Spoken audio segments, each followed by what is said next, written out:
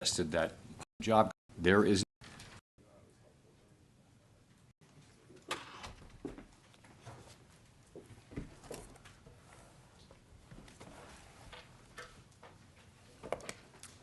Good afternoon.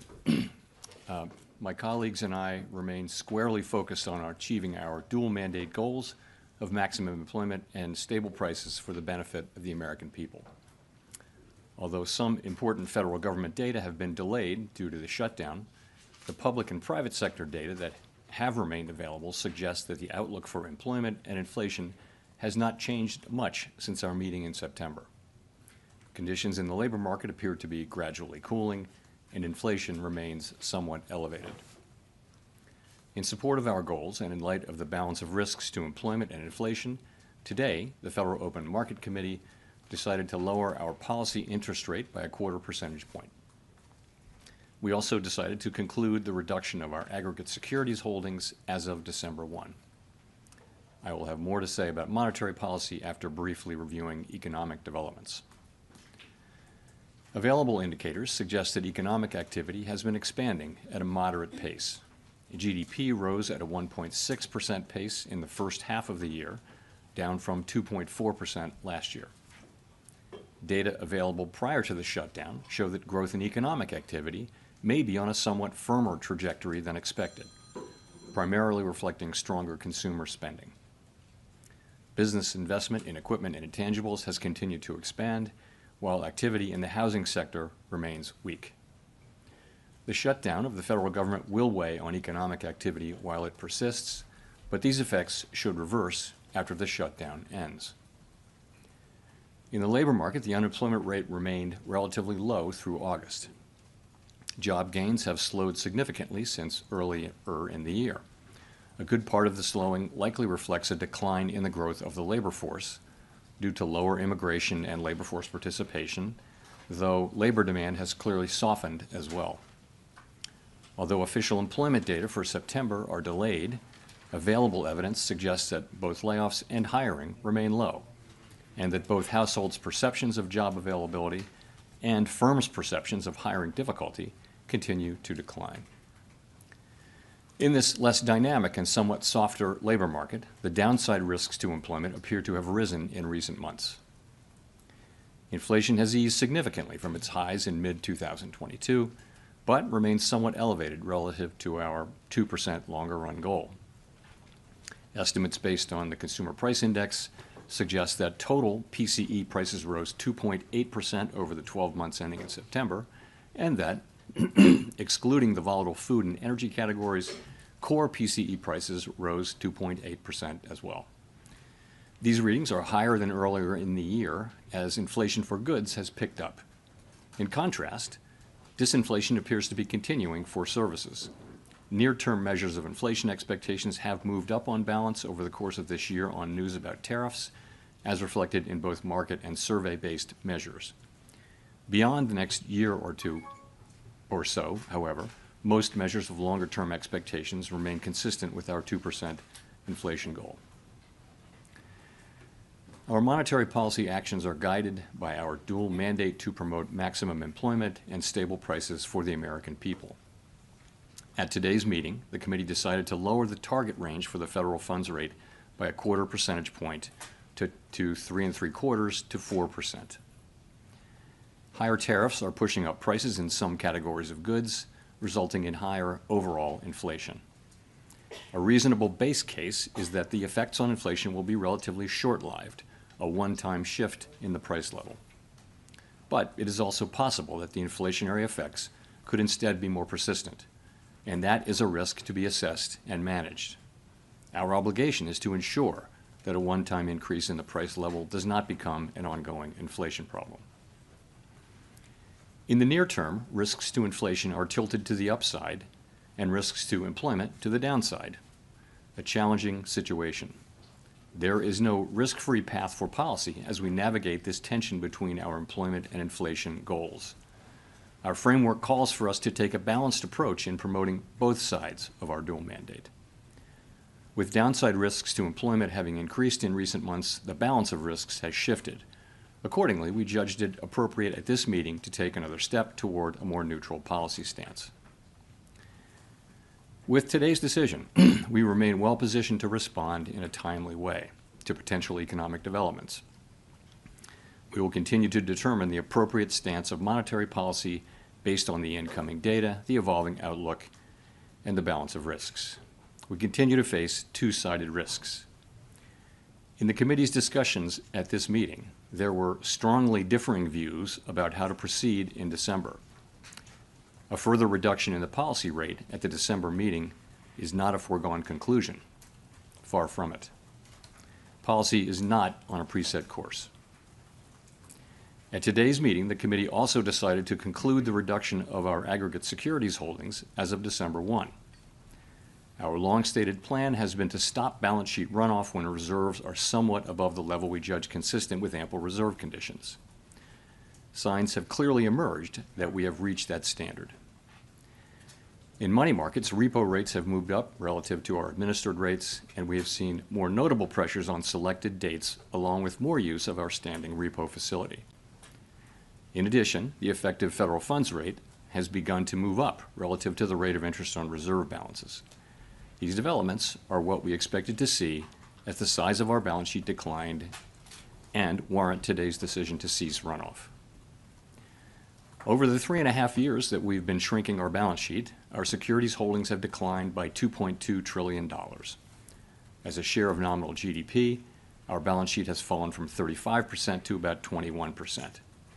In December, we'll enter the next phase of our normalization plans by holding the size of our balance sheet steady for a time, while reserve balances continue to move gradually lower as other non-reserve liabilities, such as currency, keep growing. We will continue to allow agency securities to run off our balance sheet, and will reinvest the proceeds from those securities in Treasury bills, furthering progress toward a portfolio consisting primarily of Treasury securities. This reinvestment strategy will also help move the weighted average maturity of our portfolio closer to that of the outstanding stock of Treasury securities, thus furthering the normalization of the composition of our balance sheet. The Fed has been assigned two goals for monetary policy: maximum employment and stable prices. We remain committed to supporting our maximum employment, bringing our inflation sustainably to our 2% goal, and keeping longer-term inflation expectations well anchored. Our success in delivering on these goals matters to all Americans. We understand that our actions affect communities, families, and businesses across the country. Everything we do is in service to our public mission. We at the Fed will do everything we can to achieve our maximum employment and price stability goals. Thank you. I look forward to your questions. Nick.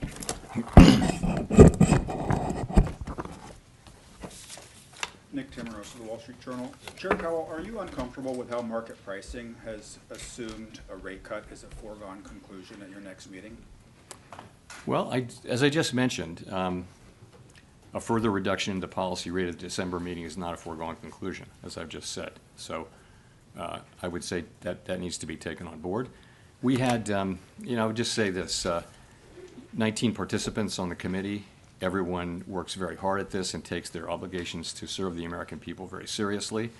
And at a time when we have tension between our two goals, we have strong views across the committee. And as I mentioned, there were strongly differing views today. And the takeaway from that is that we haven't made a decision about December.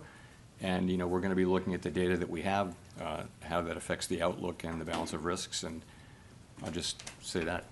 You and some of your colleagues have framed last month and maybe today, I won't put words in your mouth, there's a risk management exercise.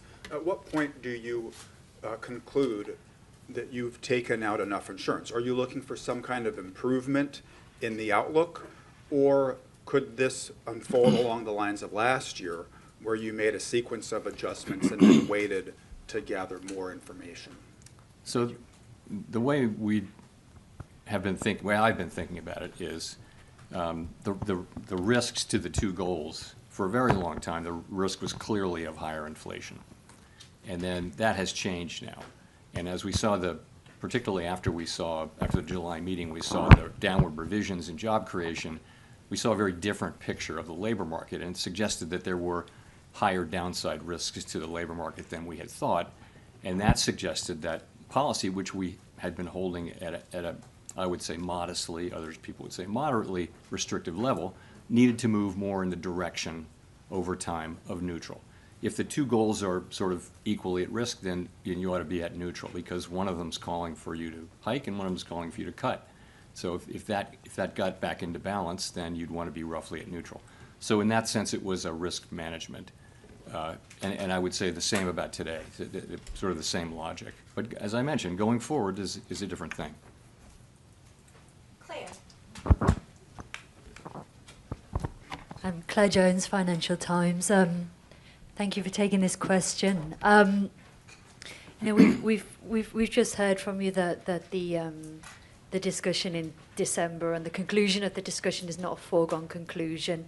I'd like to just dig into that a little bit more about what sort of arguments were brought up. Was there any consideration, for instance, of the investment we're seeing in AI and some of the generation of household wealth through rises in stock prices related to the AI boom? Thank you. You know, I wouldn't say that's a factor in everyone's assessment of the economy. I wouldn't say it's the driving factor. I don't think for anybody.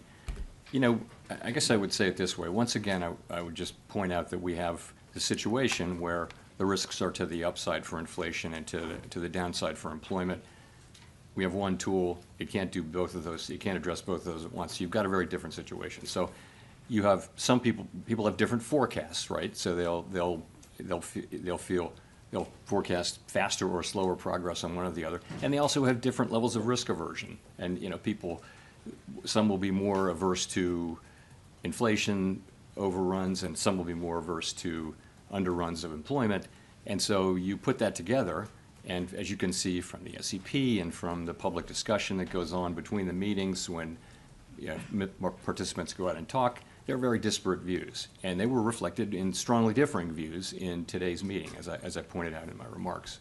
And that's what leads me to say that, you know, that we haven't made a decision about December. You know, I always say that. It's a fact that we don't make decisions in advance. But I'm saying something in addition here, is that it's not to be seen as a foregone conclusion. In fact, far from it.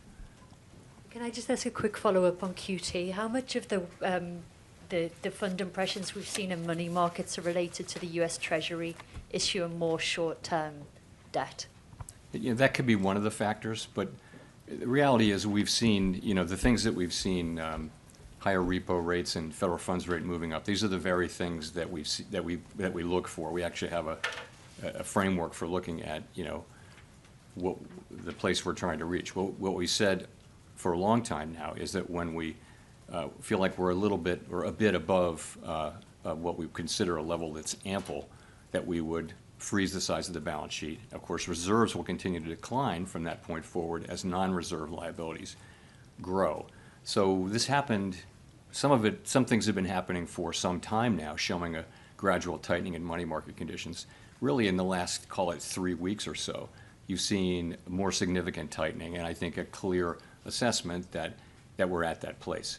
The other thing is, you know, the balance sheet is shrinking at a very, very slow pace now. We've reduced it by half twice, and so there's not a lot of benefit to be holding on to get the last few dollars, because, you know, again, the balance sheets, the reserves are going to continue to shrink as non-reserves grow. So, you know, there was support on the committee as we thought about it to go ahead with this and announce effective December 1 that we will be, you know, freezing the size of the balance sheet. And the December 1 date gives the markets a little bit of time to adapt.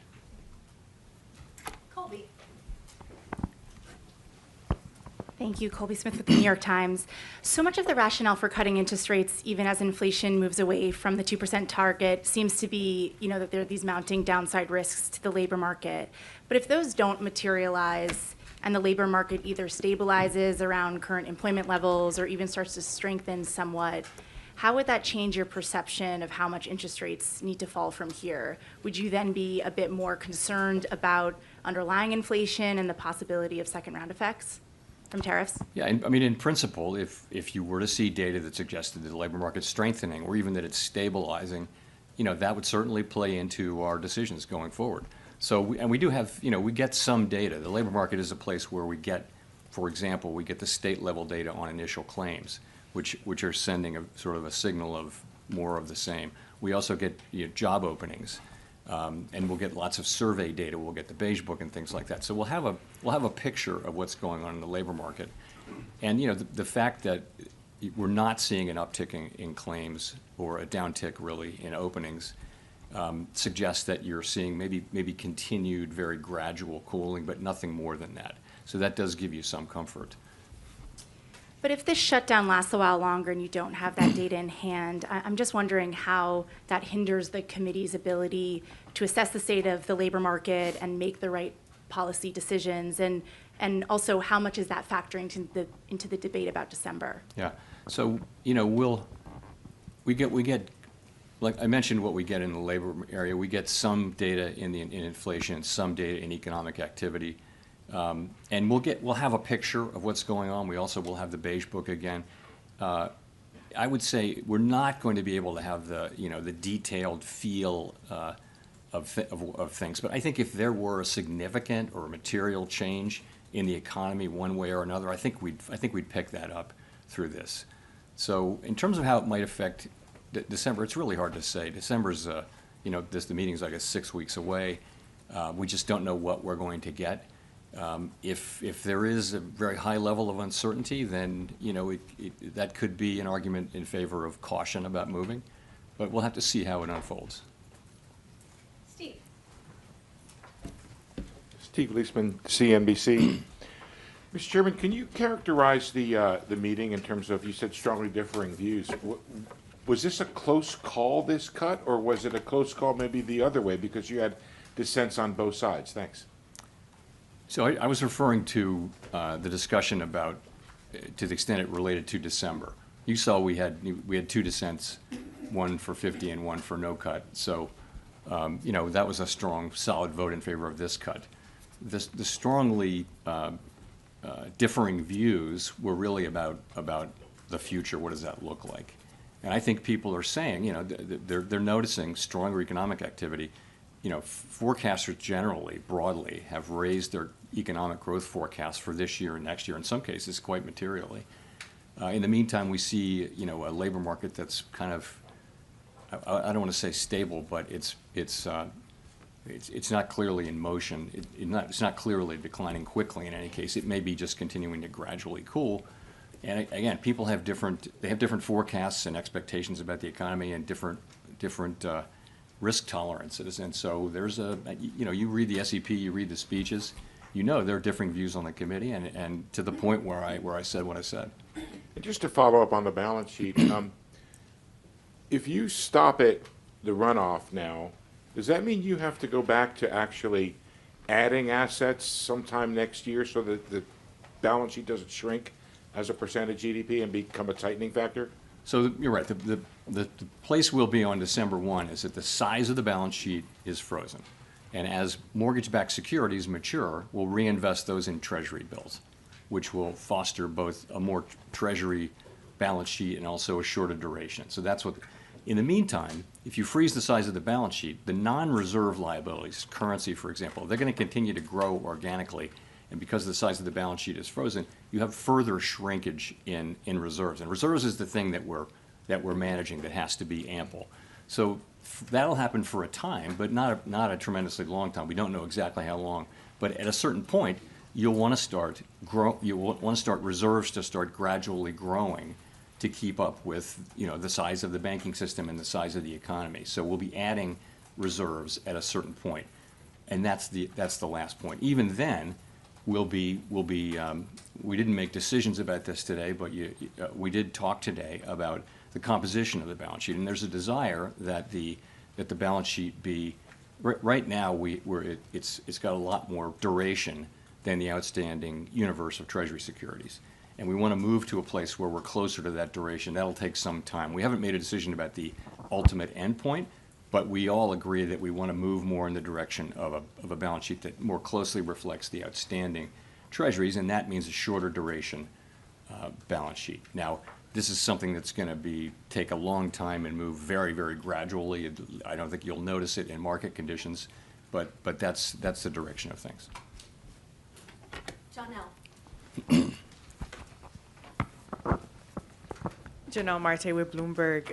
How are officials interpreting the latest CPI report?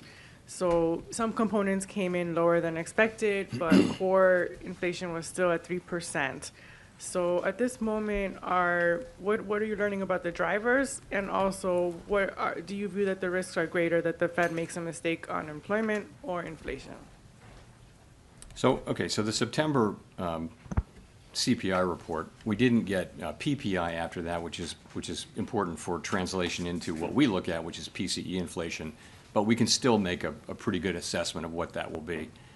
When we get PPI, there might be some adjustments. But so directionally, it was a little softer than expected, and we always break it down into the three components. So basically, you've seen goods prices increasing, and that's really due to tariffs.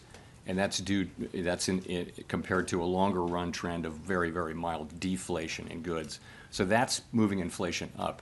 On the other side of that, good news that housing services inflation has been coming down and is expected to continue to come down. So if you remember a couple of years ago, that's the one that we kept expecting it to do that. Now it's been doing that for some time, and we expect to continue that.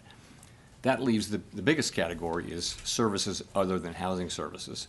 And that's kind of been moving sideways over the last few months, but a significant part of that is non-market services. And we don't take a lot of signal about the tightness of the economy from that. So if you add all that up, a couple things to say. One is that inflation away from tariffs is actually not so far from our 2% goal. We estimate, people have different estimates of what that is, but it might be, 5 or 6 tenths, and so that if it's 2.8, then core PCE, not including tariffs, might be 2.3 or 2.4 in that range, something like that. So that's not so far from your goal. So that we look at that, and the thing about tariff inflation is the base case is that it will come, and it probably will increase further. But it is that it will be a one-time increase. And, we've been very focused for all of this year at making sure that that's the case and thinking carefully about what are the pathways through which it could become something else, troublesome inflation. One of those would be, a really tight labor market. We don't see that. Another could be inflation expectations moving. We don't see that. So I think, we're watching this very carefully. I think it's not the case that we're just assuming that it's going to be a one-time inflation. We understand fully that this is a risk we have to monitor and ultimately manage. With the stubborn in services inflation, what are some of the things that the Fed could do to address that, and especially when we're seeing potentially labor supply challenges? Sorry, say the first. The stubborn services inflation that you mentioned. Services inflation, yeah. Well, again, the part of services inflation that isn't coming down as we would like it to is the non-market part of non-housing services. And overall, that's just something that we expect will come down. The non-market part of it should come down. It largely reflects higher stock prices and financial services that are imputed rather than actually paid is a big part of that. But also just, we think policy is still modestly restrictive in my telling. So that's the kind of thing that should lead to a gradually cooling economy. That's one of the reasons you see a gradually cooling labor market is because, the Fed policy is modestly restrictive. So that should also help get that. I want to say, though, we're absolutely committed to returning inflation to 2%. If you look at longer-term surveys or market pricing, you will see that's a credible commitment, and there should be no question that that's where we're going. Chris. Great, thank you. Chris Rugaber at Associated Press. So there's a big investment boom in AI infrastructure right now, as you know, and wondering if the existence of such a boom would indicate that rates are not that restrictive after all, and could further rate cuts at this point perhaps fuel an excess level of investment there or market bubbles? How is the Fed thinking about that? So I don't think that you're right. There are a lot of data centers being built, and other investments being made around the country and around the world. Big U.S. companies are just investing a lot of resources in thinking about how AI, which will be based on those data centers, run through those data centers, is going to affect their businesses. So it's a big deal. I don't think that the spending that happens to build data centers all over the country is especially interest sensitive. It's based on longer run, longer run assessments that this is an area where there's going to be a lot of investment and that's going to drive higher productivity and that sorts of things. I don't know how those investments will work out, but I don't think they're particularly interest sensitive compared to some of the other sectors. And then just a quick follow-up. You mentioned that you do have data that you're looking at for inflation and growth in the absence of government data. Could you give us a sense? I think we know a lot about the jobs data that's out there. Can you give us a sense of what you're looking at to track inflation in the absence of government data? Thank you. So it's a lot of things, and it doesn't replace government data, but you know all of these. I'll just mention some of the many names: Price Stats, Adobe, and others. For wage inflation, there's ADP data. On spending, you're going to ask about spending at some point. There are lots of other things that we look at, but it's many different sources, and again, including what we get out of the Beige Book, which will be sort of come out mid-cycle as always. And it doesn't replace the government data, but it gives us a picture. Again, I think if something material were happening, if there were material developments, I think we would pick that up. I don't think we'll be able to have the very granular understanding of the economy while this data is not available. Howard.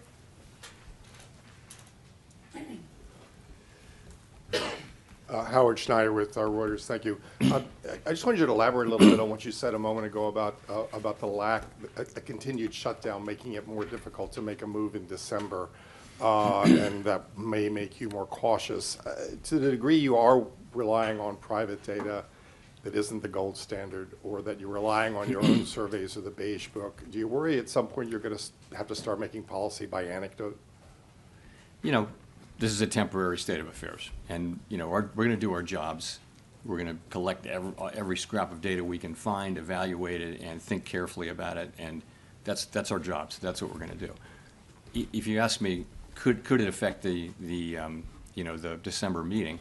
I'm not saying it's going to, but yeah, you could imagine that what do you do if you're driving in the fog? You slow down. So that could or could not. I don't know how that's going to play into things.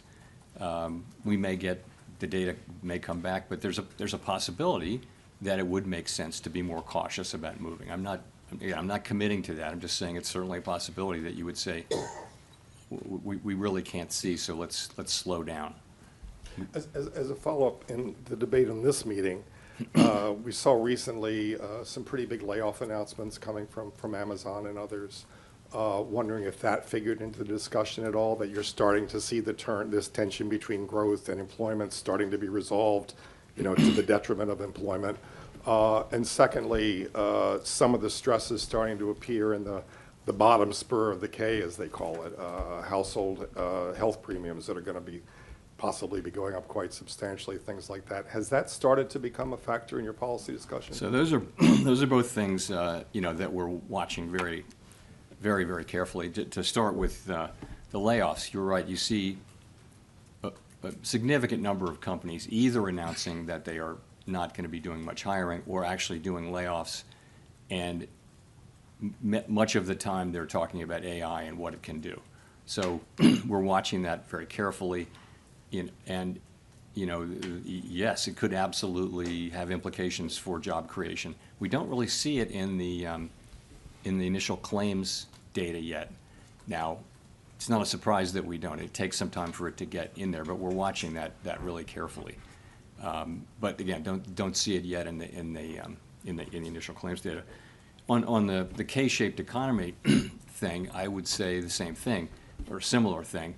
We are, if you listen to the earnings calls or the reports of big public consumer-facing companies, many of them are saying that there's a bifurcated economy there, and that consumers at the lower end are struggling and buying less and shifting to lower cost products, but that at the top, people are spending at the higher income and wealth, and so much anecdotal data on that, and so we think there's something there. So. Edward. Thank you. Edward Lawrence with Fox Business. So, Mr. Chairman, I want to take another crack at the further reduction in rates is not a foregone conclusion. So in December, you said far from it. So if a cut might not be on the table for December because of lack of data, what does the other concerns then stem from? So if it's not lack of data as the reason December is not a foregone conclusion, what other things could be the concern then? Well, the perspectives of people on the committee that, we've now moved 150 basis points, and that we're down into, you're into that range between 3 and 4 where many estimates of the neutral rate live in that 3 to 4% area. You're there now. You're above the median number for the committee, but I think there are people on the committee who have higher estimates of the neutral rate, and that's you can argue these positions since it can't be directly observed, the neutral rate. So, I think for some part of the committee, it's time to maybe take a step back and see whether there really are downside risks to the labor market, or see whether in fact the growth that the stronger growth that we're seeing is real. Ordinarily, the labor market is a better indicator of the momentum of the economy than the spending data. That's the lore. In this case, that gives a more downbeat read. So people just have, again, we've cut 50 more basis points in the last 2 meetings, and there was a sense like, from some, let's pause here, kind of thing, and a sense from others wanting to go ahead. But that's why I say differing views, strongly differing views. So on that division then, you're talking about going forward. So what's more important in this division? Is it inflation risks? Is it employment risk? Or is there a deeper philosophy division among the board? Look, everybody on the committee is deeply committed to doing the right thing to achieve our goals, maximum employment and stable prices. You have differences on how to do that. And as I mentioned, some of that is different forecasts, but a lot of it is also different risk aversions to the different variables, which is common through all Federal Reserves. People just have different risk tolerances, let's say. So that leads you to people with disparate views. You will know that from the speeches you've been listening to from my colleagues. And so we're at a place now where we have in fact cut 2 more times. And we're 150 basis points closer to neutral, wherever that may be, than we were a year ago. And so there's a growing chorus now of feeling like maybe this is where we should at least wait a cycle, something like that. That's what it is. It's just what you think it would be. It's and again, you've seen it in the September Summer of Economic Projections. You've seen this in the public remarks of FOMC participants, and now I'm telling you that's what you can expect that in the minutes. And I'm just telling you that's what happened in the meeting. Elizabeth. Thank you so much. Elizabeth Schulze with ABC News. What is your explanation for why the job market is weakening right now, and what will this rate cut do to improve the job market? So I think there are 2 things affecting the job market, and one of them is just a dramatic reduction in the supply of new workers. And that's 2 things. That's declining labor force participation, which is a cyclical thing, and then there's declining immigration, which is just a big policy change that actually began in the last administration and it has been accelerated now. So a big part of the whole story is that supply side story. Okay. In addition, labor demand has declined, and the unemployment rate has gone down, meaning that demand for workers has gone down a little more than supply. So that's what's going on, but it is mostly a supply function. It's mostly a function of the change in supply, I think, and many people think. So the question then is, what does the our tool do, which supports demand, and I would just say when you're in a situation where job creation, if you adjust for likely overcounting in the way that BLS does its work, is pretty close to zero. So maximum employment doesn't, on a sustainable basis, doesn't, if you're creating zero jobs, if it's in equilibrium, if it's in balance, it's a pretty, as I said before, a pretty curious balance. So, I thought, and many of my colleagues thought, in fact, you've seen the last two meetings, that it was appropriate for us to react by supporting demand with our rates. And we've done that. We've reduced so that rates are looser. I wouldn't say that they're accommodative right now, but they're meaningfully less tight than they were. And that should help so that at least the labor market doesn't get worse.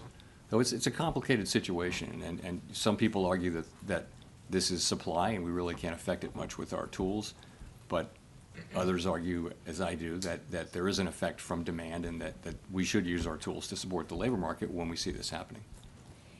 You also talked about tariffs causing a one-time price increase. Should American household consumers expect that inflation will continue to go up this year because of those tariffs? So the basic expectation is that there will be some additional increase in inflation because it takes a while for tariffs to work their way through the production chain and finally get to consumers. And we see this now from the tariffs that were put in place now many months ago. We see those effects, but if you put tariffs in effect, and they've been coming into effect consistently in February, March, April, May, and that's all happening. So that'll continue to happen for some time, probably into the spring. These are not big increases, though. These are a tenth or so on inflation. They may be big increases on a particular product that's been tariffed, but overall, these are fairly modest. I think some projections go, we're at 2.8% inflation. You might get 2 or 3 more tenths or 4 more tenths maybe.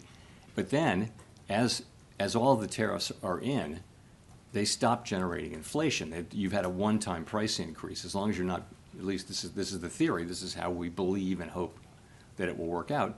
Once the last tariff is put on something, at that point, it becomes a higher price level, but it stops going up, if you will. Prices stop going up. They'll just be at that level. And then measured inflation will come back down to non-tariff inflation. As I mentioned, non-tariff inflation is not so far from 2% now. Now, consumers are not interested in that story. Their prices are higher. More than that, the reason they're so unhappy about inflation is the inflation that we had in 2021, 2, and 3. Because you can say that prices aren't going up as much, but that doesn't mean people aren't feeling those higher prices from the inflation we had 2 or 3 years ago. They are, and that's, I think, a large part of why the public, if you sample people, inflation is still very much making people quite unhappy. Even, and it's nice that, that prices are not going up as fast as they were, but they're still much higher than they were. And it'll take some time for that effect to wear off. As real incomes rise, it will feel better over time, but that's going to take time. Michael McKee from Bloomberg Television and Radio. Do you have any concerns that equity markets are or are close to being overvalued at this point? We don't look at any one asset price and say, hey, that's wrong. It's not our job to do that. We look at the overall financial system, and we ask whether it's stable and whether it could withstand shocks, right? So, banks are well capitalized, while some households are clearly under stress. In the aggregate, households are in good shape financially, relatively manageable levels of debt. At the lower income spectrum, you are seeing rising defaults, particularly around subprime auto, but nonetheless, in the aggregate, pretty good. You don't see too much leverage in the banking system or the financial system.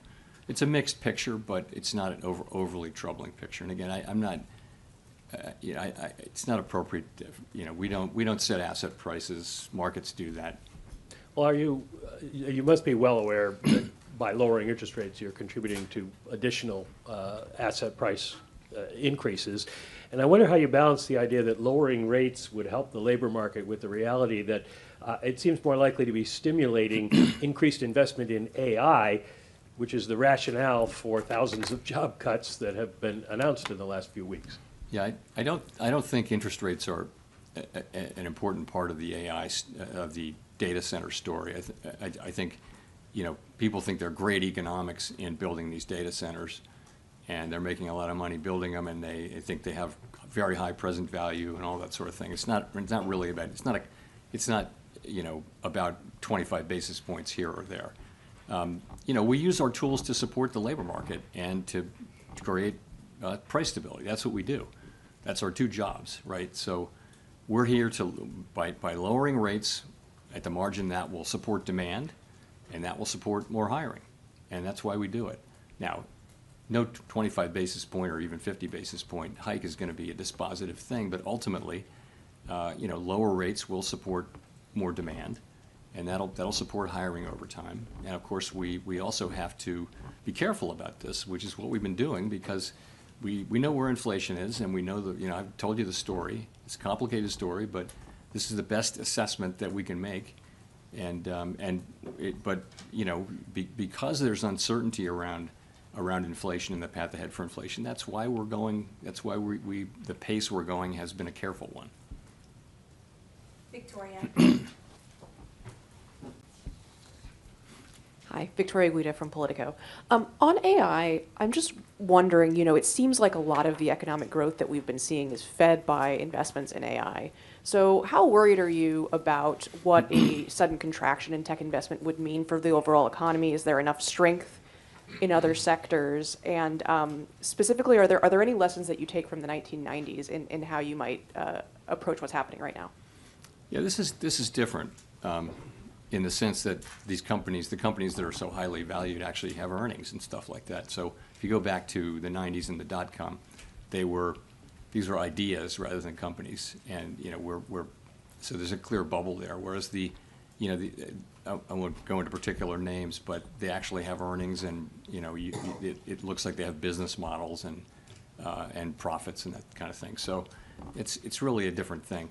You know, the investment we're getting in equipment and all those things that go into creating data centers and feeding the AI, it's clearly one of the big sources of growth in the economy. Consumer spending also, though, has been, you know, is much bigger than that and has been growing and has defied a lot of, you know, negative forecasts, continuing to do so this year. Consumers are still spending. Now, it may be mostly higher end consumers, or maybe skewed that way, but the consumer is spending, and that's a big chunk of what's going on in the economy, substantially bigger than AI. You can point to growth. I mean, actually, you may be growth as opposed to level, but consumer spending is a much bigger part of the economy. And why do you think that the labor market is slowing so much, even though consumer spending is strong? Why has it slowed so much? Well, what's happened is that the supply of workers has dropped very sharply due to mainly immigration, but also lower labor force participation. So, and that means there's less need for new jobs because there isn't this flow into the pool of labor that, you know, where people need jobs, because there aren't those people now. So there's not a supply of workers showing up for jobs. In addition, demand has also gone down, and so has labor force participation has declined, which is more of a sign, in this case, of demand as well as trend. So I think you're seeing some softening. You know, the economy's growing at a slower rate than it was, 2.4% last year. We think around 1.6% this year. It could have been a couple of tenths higher if not for the shutdown. And of course, that will reverse. But you know, you still got the economy growing at a moderate pace. Andrew. Hey there, Andrew Ackerman with the with the Washington Post. I wanted to ask if you could elaborate on how you think about policy in the context of the data drought. Does it make you inclined to stick with your plans as set out in September in the absence of the data that might change your mind, or does it make you inclined to proceed with added caution because of uncertainty? Yeah, well, we'll know when we face that question, if we face that question. You know, it'll probably be argued both ways, right? But I've said a couple times here that, you know, if you if you really aren't getting information you really don't know, and the economy looks like it's solid and stable and hasn't really changed, there will be an argument. I don't know how persuasive it will be, but there will be an argument that, you slow down when you can't see as far ahead. Others may argue, I'm not sure where this argument will come, but you're perfectly right that you could also argue, well, things haven't really changed, but you might not know that, So I don't know whether we'll face this or not. I hope we don't. I hope by the time of the December meeting we're getting, a better flow of data. But if we're going to have to do our jobs one way or the other. Okay, I also just wanted to ask a FinReg question. I think several years ago you said the overall amount of capital in the system was about right. As the Fed moves forward with a revised Basel proposal, potentially changes to the GSIB surcharge, has that changed at all? Or are you planning to significantly reduce the amount of capital in the system? Thanks. So there are discussions going on, I think, among the agencies, and I don't want to get ahead of those discussions. I continue to think that the level of capital, when I said that in 2020, was about right. And of course, there's been much capital added since then through various mechanisms. But I look forward to I know those discussions are really just getting going. They haven't come to the point where they're got a whole plan and that kind of thing. So I really don't have much to say on that. Brian. Hi, Chairman Powell. Brian Chung with NBC News. Is the weakness in the jobs market accelerating, and who's at risk if the interest rate cuts are not the effective medicine for a further slowdown in the labor market? So we do not see the weakness, as you put it, the weakness in the job market accelerating. I would say, and again, we didn't get the September employment report, payroll report, but we look at, the unemployment insurance claims, initial claims are reported at the state level, and we still get those, and we can accumulate them and get the national number. And there's really, in no story, you can look at the numbers. Same thing with the job openings we get from Indeed. There's just no story over the last 4 weeks. It's kind of stable. So you don't see anything that says that the job market is, or really any part of the economy is making a significant deterioration. Don't see that. You see more things like I mentioned, though, which is you see big companies making announcements of either of layoffs or of the idea that they won't need to hire. Their number of employees is not expected to go up over a number of years. There may be different people working there. They say that too, but they don't need a bigger head count. So you see those kinds of things. You don't see it in the aggregate numbers. The layoff numbers have not gone up, but job creation is very low, and the job finding rate for people who are unemployed is very low. But the unemployment rate is very low as well. 4.3% is a low unemployment rate.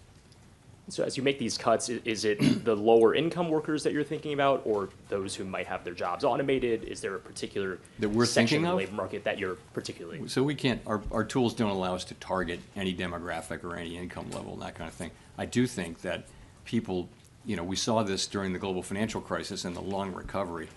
If you have a long period of very strong labor market conditions, it benefits people at the lower end the most. The last 2 or 3 years of that long expansion, people at the lower part of the income spectrum were getting the biggest benefits, and lots of things were happening in that space demographically, which were very constructive. And we're not at that place right now. But so, a stronger labor market is the best thing we can do for the public. It's also part of our job.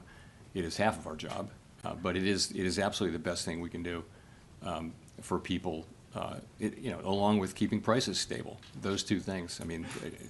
Inflation also hurts people on fixed incomes more than other people. Courtney.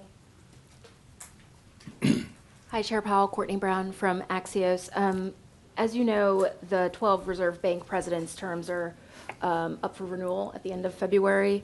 I'm wondering if you can give us a timeline for when the board will consider those reappointments and whether we can expect everyone to be re-upped or if we can expect some changes. So it's a process that we go through under the law. The way the law works is we have a reappointment process every 5 years for all of the reserve, each of them and all of them. We're in the middle of that process, and we're going to complete it in a timely way. And that's really all I can say.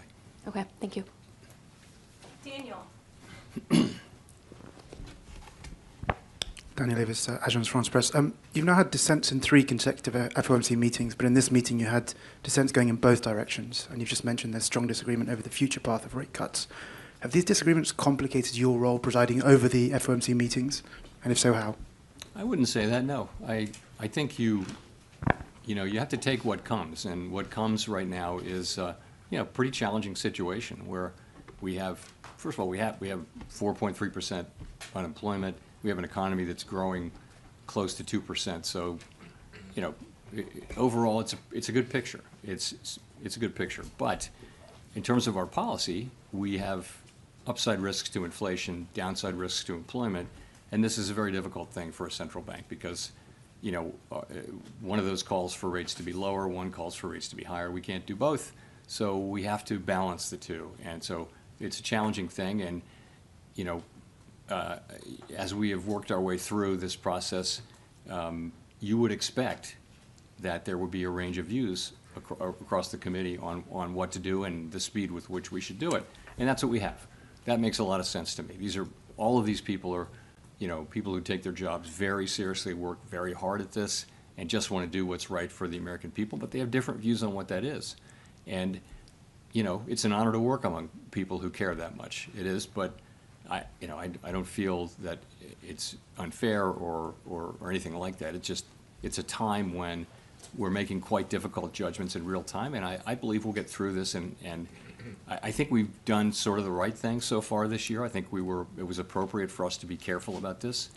I think it would not be appropriate to just ignore or assume away the inflation issue. At the same time, I think the risk of higher, more persistent inflation has declined significantly since April. And if we do wind up resuming rate cuts at some point, we will at some point. I think we're trying to get to the end of this cycle with the labor market in a good place and with inflation, on its way to 2% or at 2%. So that's all we're trying to do, and we're doing it under, quite challenging circumstances and doing the best we can. We'll go to Jennifer for the last question. Thank you so much, Chair Powell. Jennifer Schonberger with Yahoo Finance. Both regional and large banks have taken losses on loans given delinquencies on subprime auto loans. JP Morgan CEO Jamie Dimon warned, when you see one cockroach, there may be more likely. I'm curious how the Fed is looking at these loan losses and if it poses risks to the financial system or the outlook for the economy. Is it a warning sign? So, we're obviously, we watch these things very carefully, credit conditions very carefully. You're right. You've seen rising defaults in subprime credit for some time now, and now you've seen a number of subprime credit, automobile credit institutions having significant losses, and some of those losses are now showing up on the books of banks. We're looking at it carefully. We're paying close attention. I don't see at this point a broader credit issue. It doesn't seem to be something that has very broad application across financial institutions. But we're going to be monitoring this quite carefully and making sure that is the case. And then separately, many, you yourself have said that we're in a bifurcated economy right now with high net worth individuals continuing to spend with the lower income pulling back.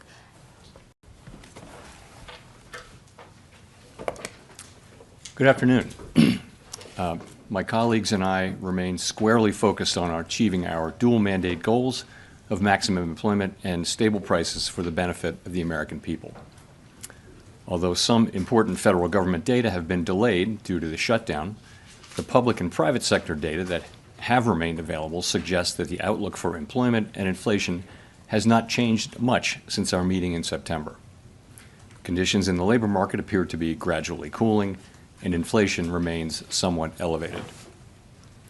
In support of our goals and in light of the balance of risks to employment and inflation, today the Federal Open Market Committee decided to lower our policy interest rate by 1/4 percentage point.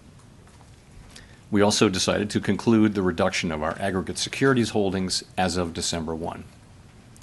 I will have more to say about monetary policy after briefly reviewing economic developments. Available indicators suggest that economic activity has been expanding at a moderate pace. GDP rose at a 1.6% pace in the first half of the year, down from 2.4% last year. Data available prior to the shutdown show that growth in economic activity may be on a somewhat firmer trajectory than expected, primarily reflecting stronger consumer spending. Business investment in equipment and intangibles has continued to expand, while activity in the housing sector remains weak. The shutdown of the federal government will weigh on economic activity while it persists, but these effects should reverse after the shutdown ends. In the labor market, the unemployment rate remained relatively low through August. Job gains have slowed significantly since earlier in the year. A good part of the slowing likely reflects a decline in the growth of the labor force due to lower immigration and labor force participation, though labor demand has clearly softened as well. Although official employment data for September are delayed, available evidence suggests that both layoffs and hiring remain low, and that both households' perceptions of job availability and firms' perceptions of hiring difficulty continue to decline. In this less dynamic and somewhat softer labor market, the downside risks to employment appear to have risen in recent months.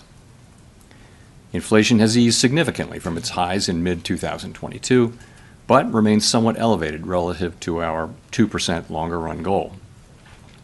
Estimates based on the Consumer Price Index suggest that total PCE prices rose 2.8% over the 12 months ending in September, and that, excluding the volatile food and energy categories, core PCE prices rose 2.8% as well.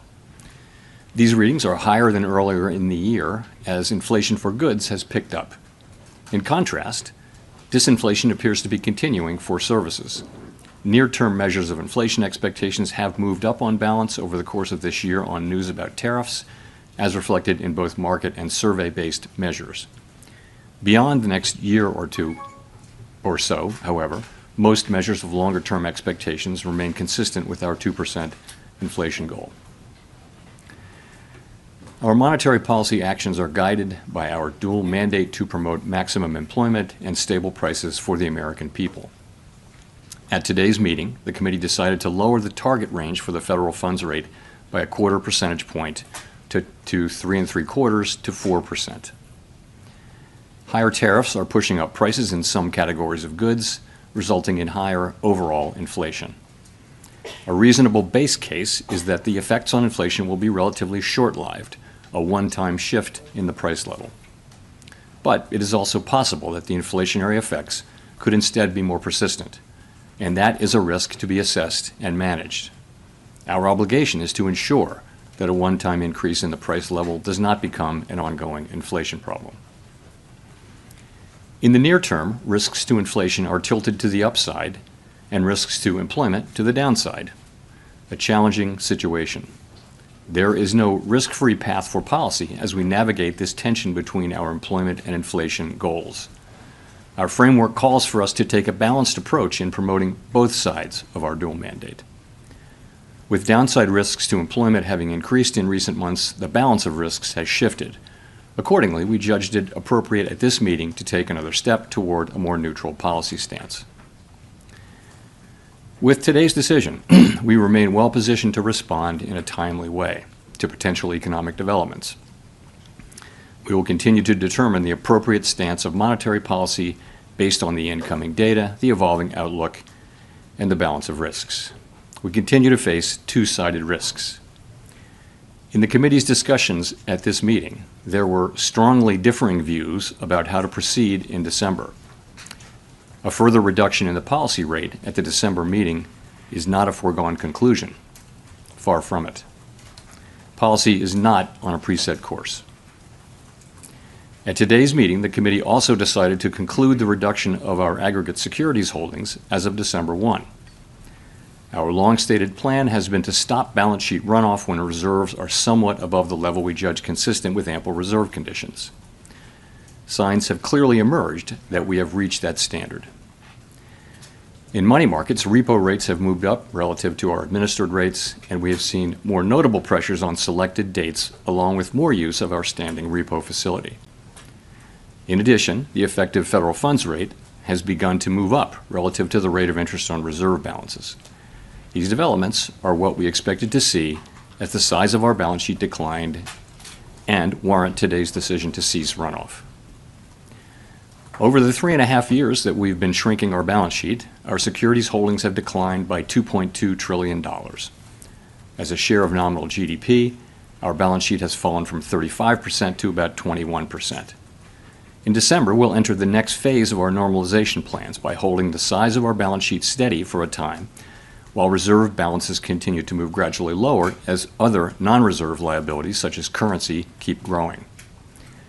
We will continue to allow agency securities to run off our balance sheet, and will reinvest the proceeds from those securities in Treasury bills, furthering progress toward a portfolio consisting primarily of Treasury securities.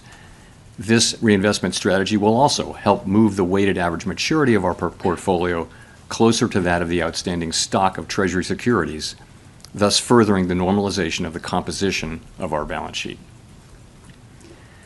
The Fed has been assigned two goals for monetary policy: maximum employment and stable prices.